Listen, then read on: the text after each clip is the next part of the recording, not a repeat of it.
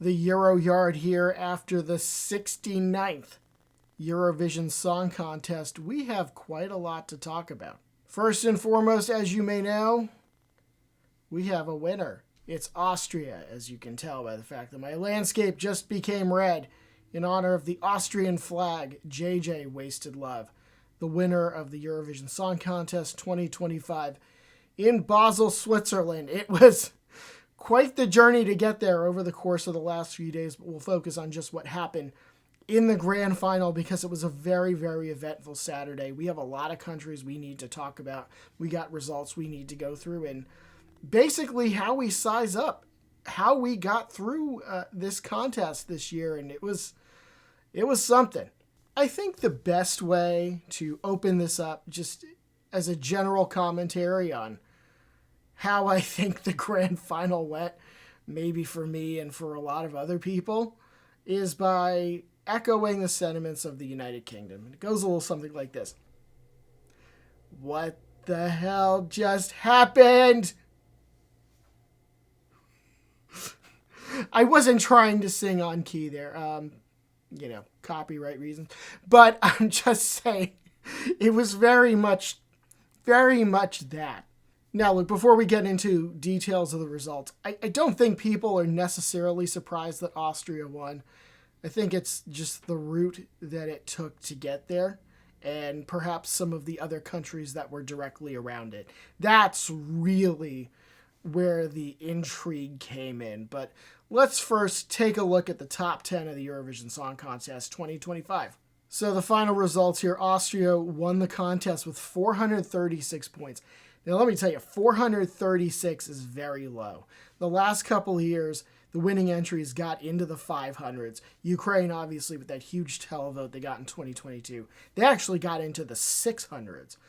You have to go back to 2019 before the last time you saw a country win Eurovision with fewer than 500 points. And even at that, Duncan Lawrence of the Netherlands was pretty close to 500. So if you're looking at the mid-400s, the low mid-400s, I would have certainly thought, and I did think while it was going on, that JJ's jury score might not be enough because he'd have to get 250 plus to get to roughly 500, which is about what you would think you would need to win the contest. But as it turned out, it was a lot less. And because the votes were scattering a little more evenly, the results became very, very unpredictable. But there you go. Austria 436, Israel 357, Estonia 356, only 1 point behind them. And then Sweden, who were the favorites throughout most of pre-party season and the pre-shows here, they came in fourth at 321. Italy, surprisingly, 256, fifth place. Greece, another one, a little bit of a surprise, 231, sixth place. France finished in seventh at 230. Albania and Ukraine both had 218, and Switzerland rounded out the top 10 with 214. Zooming out now to all 26 countries, you move down and you see Finland at 11th, which I have to comment on that in a little bit. Then the Netherlands and Latvia were the left side of the scoreboard. Then moving over to the right side, Poland, Germany, Lithuania, Malta, Norway, the UK in 19th, Armenia 20th, and then the bottom few were Portugal, Luxembourg, Denmark, Spain, Iceland, and San Marino came in last. So that's how they fell 1 through 26 at the grand final of the Eurovision Song Contest. Now to dig a little bit more into how the votes split. So jury votes account for approximately 49.5% of the total, and the televote is 50.5%. Now, why is that? Because each country allocates a set number of points, 12, 10, 8, 7, 6, 5, 4, all the way down to 1. There are 37 countries in the juries and in the televote, but the televote also has the rest of the world. So it's like there's a 38th country voting, which is why the vote is slightly tilted towards the televote in terms of weight. But these are the jury points that we have. Austria won the juries 258 points, Switzerland 214, France was third with 180, Italy got 159, The Netherlands 133. Sweden only came in 6th with the juries, 126. Latvia, very surprisingly, was in 7th at 116. Greece was at 105. Estonia was at 98. And Finland was at 88. But things were very different in the televote looking at the top 10 there. Israel won the televote 297. Estonia was second with 258. Sweden came in third, 195. Austria, the winning song, was in fourth at 178. Albania came in fifth in the televote at 173. Ukraine, Poland, Greece, Finland, and Italy rounded out the top 10 of the televote. Added together, you get Austria winning. So now let's talk about some of these countries. I'm going to go through a number of countries in alphabetical order, but I think we'd have to start with Austria anyway. Austria did what it needed to do to win. I was very concerned about them coming out of the jury segment because if you're thinking of a country that you suspect is probably not going to win the televote, which I didn't think Austria would win the televote. When you look at where Austria had come in when we got through the jury points, they were at 258. Now you think back to how it was the previous few years, which were also relatively close between first and second. You had Nemo getting over 360 points with the juries, and you had Loreen getting well into the 300s herself.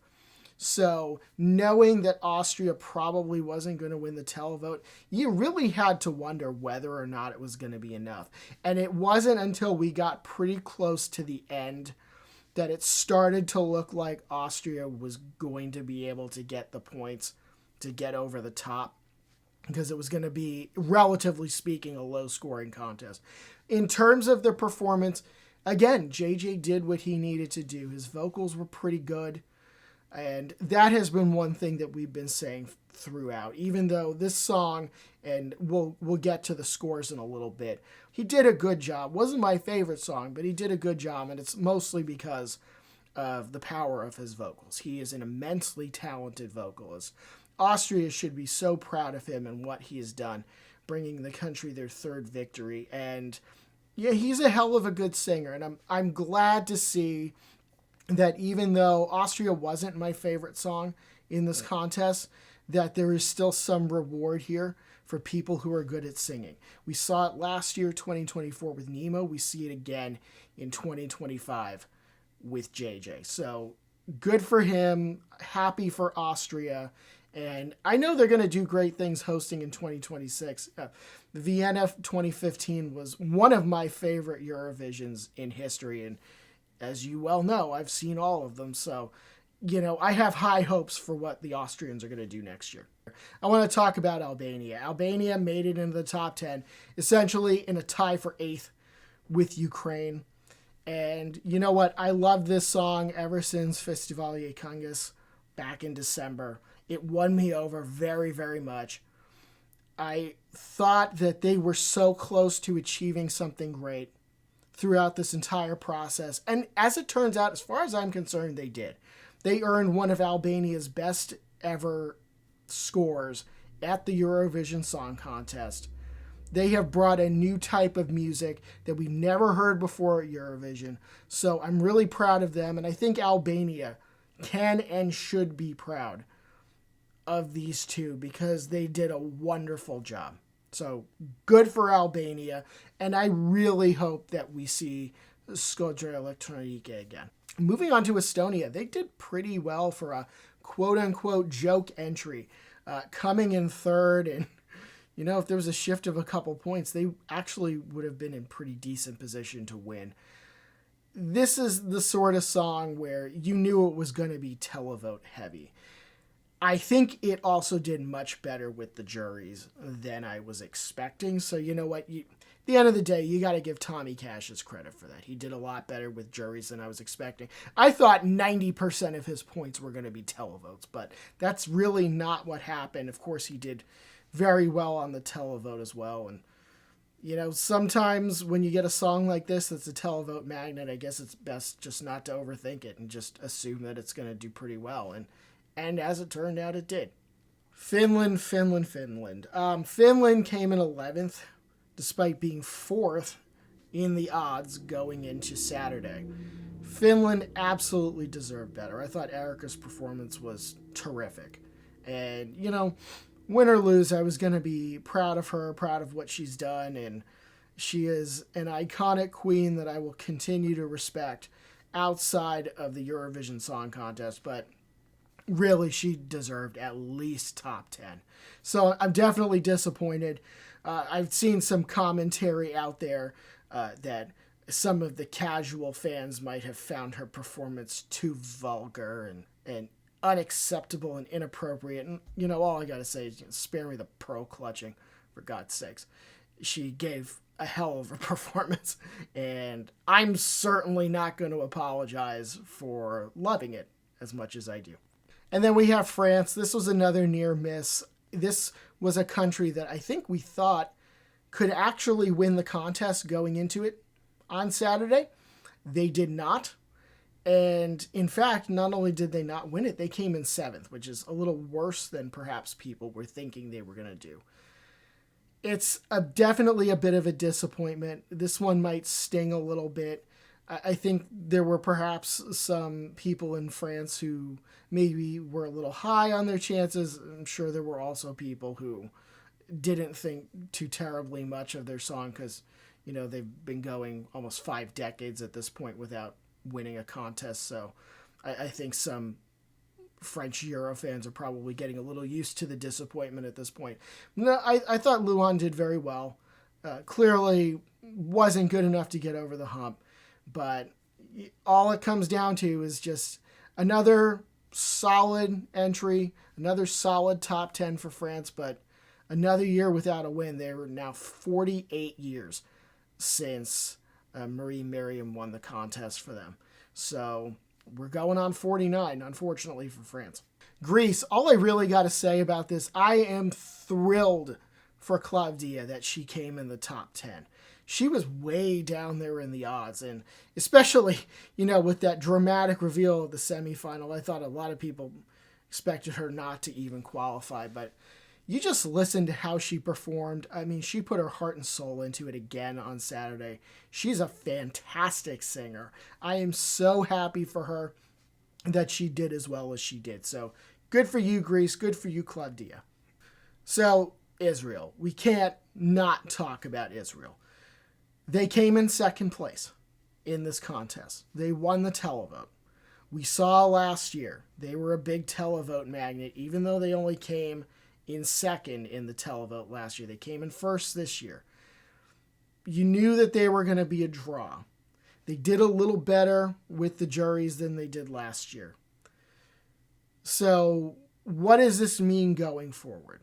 So Israel obviously is in the contest. It certainly doesn't look like they're going anywhere despite chatter from different delegations about it. Is this going to be a thing where we can pretty much pencil Israel in for 300 to 350 points every year?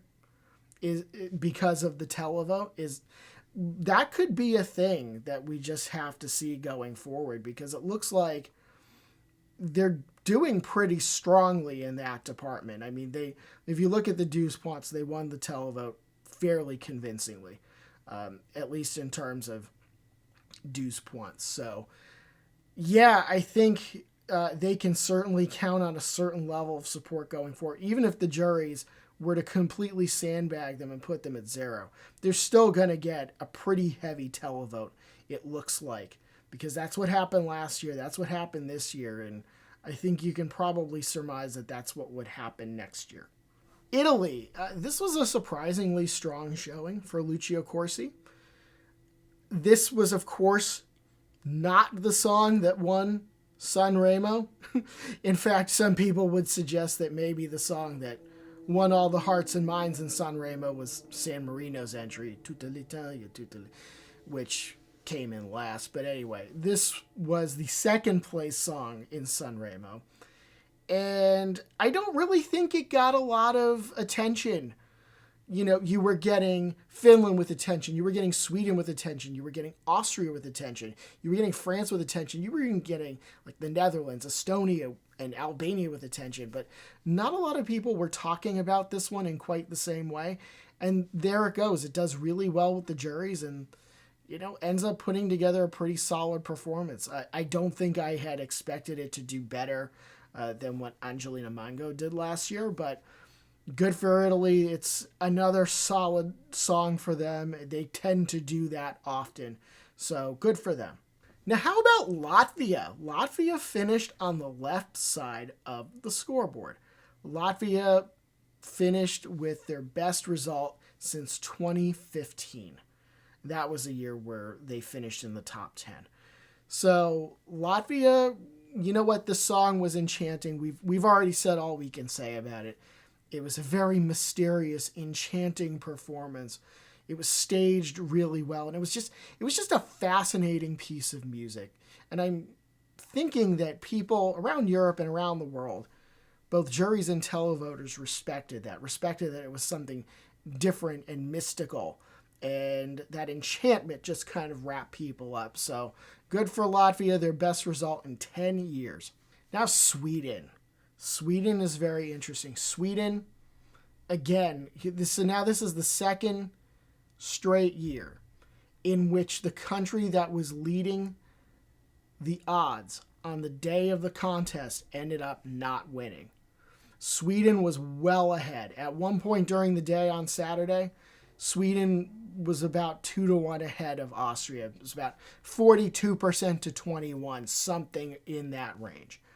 Now, as I mentioned last year, Baby Lasagna Marco, he was in the 50s in the odds during the grand final last year, and he ended up not winning. So once again, another pretty substantial favorite, at least as far as the bookies are concerned, ended up not winning.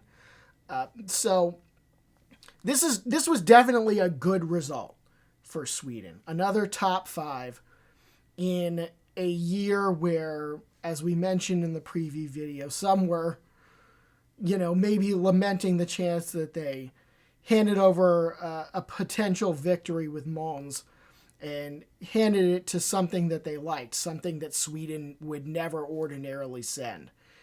Sweden did well. They just didn't win, and I think the level of expectation for them had risen high enough that if they didn't win, it would end up being a disappointment.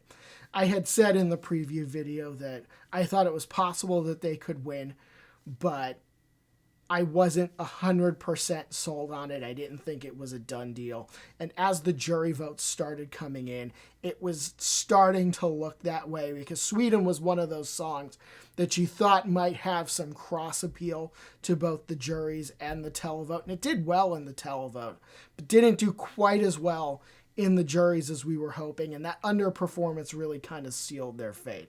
But really, at the end of the day, nothing for Kai to be upset about, nothing for Sweden to be upset about. It was a good performance. It was another top 5, and on they go. On a personal note, I got the sauna set up now. I got it for the first video, for the first semifinal. I got a sauna set up now, and I was hoping that Sweden would win so that I could use it again. But what the hell am I going to do with it now? I got steam. I got a little sauna set up. I guess I could just keep using it, but what a pain in the ass that was to put together.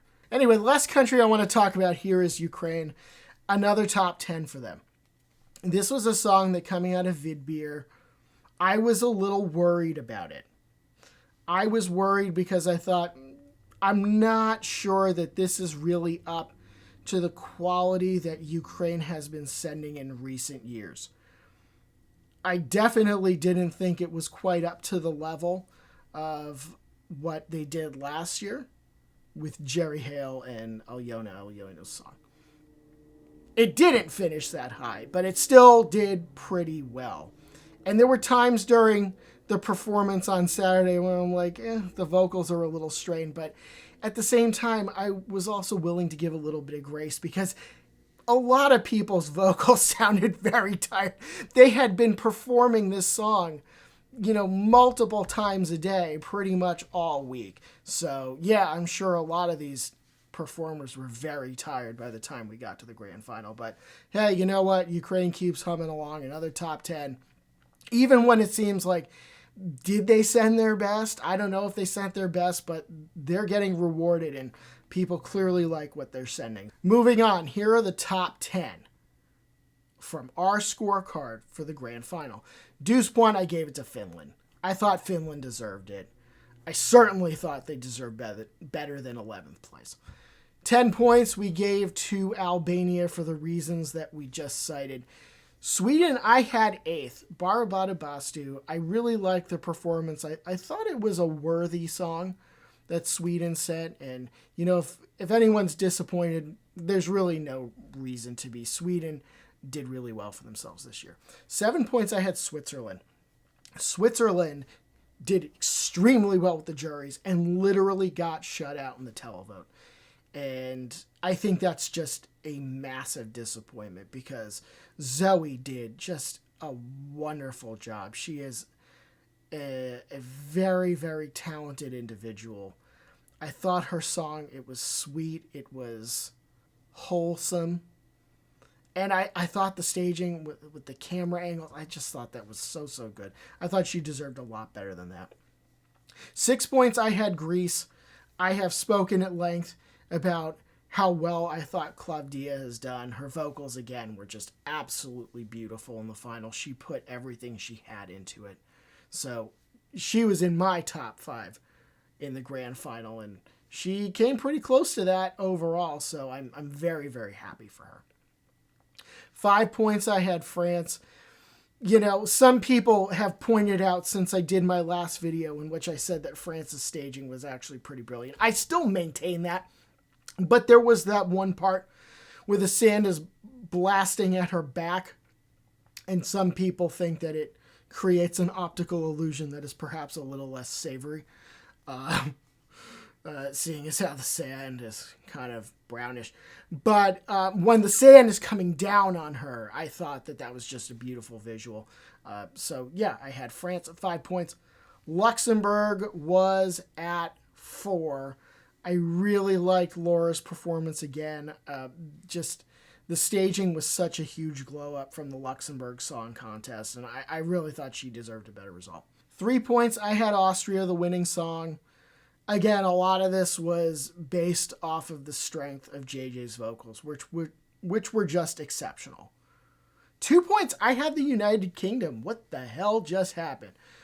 The UK, I think there were some people in the UK Eurovision sphere who were perhaps not thinking too many great things about how the song was going to do, and it didn't finish on the left side of the scoreboard, but it did generate some points from the juries. Of course, it got shut out in the televote, which, you know, that's another disappointment, but what are you going to do? I thought it was one of the 10 best songs that I heard today. And then 10th, I had Malta, mainly just because I love all of the ridiculous, over-the-top camp that Mariana brings to her performance. So I had to at least throw her 1 point to show how much I respect what she has done for the Eurovision fan community. So what is coming up next? Well, in terms of Eurovision, not a whole hell of a lot. How about Austria 2026? That's what's coming up next, and that will probably be about a year from now. National final season might start up in the next 6 to 7 months. I mean, we'll have to see if Montenegro is going to come back next year, because if they don't, then, you know, you can pretty much circle Festivalier Kangas 64 in Albania for around Christmas for when national final season starts up again. But we got a lot to talk about in terms of Eurovision. We're going to break down the results in a little more detail, talk about some of the other things that we liked about some of these entries. And one of the things that we like to do in the off season is we like to watch past Eurovisions, share our scores for those. We're up to 1965 now, so that'll be the next one. And if you'd like more on the Eurovision Song Contest, if you've got something to say, if you've got a subject that maybe you want to know more about, and hopefully we've written something about it, you can go to theEuroYard.com, follow us on Blue Sky, and subscribe to this YouTube channel.